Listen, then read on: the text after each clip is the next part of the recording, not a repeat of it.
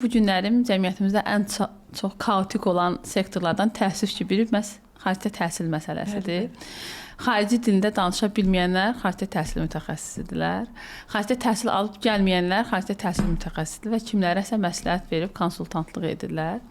Bu prosesi psixoloji olaraq yaşaya bilməyən insan, xarici təhsil ala bilməyən insan kiməsə necə konsultant ola bilər? Mən həmişə bu sual verirəm. Mən özüm xarici təhsil almışam və bu prosesi nə olduğunu çox gözəl bilirəm. Və ona görə də düşünürəm ki, bu mənim əsas dəyərimdir ki, yola çıxdığım insanı düzgün yönləndirim və onun potensialına uyğun olaraq ona bir yol xəritəsi çəkim. Və də xarici təhsil işi dəyərdir. Bunu biz həmişə deyirik. Bəli. Çünki təhsil bir insanın həyat yolunu, hekayəsini yazırsınız.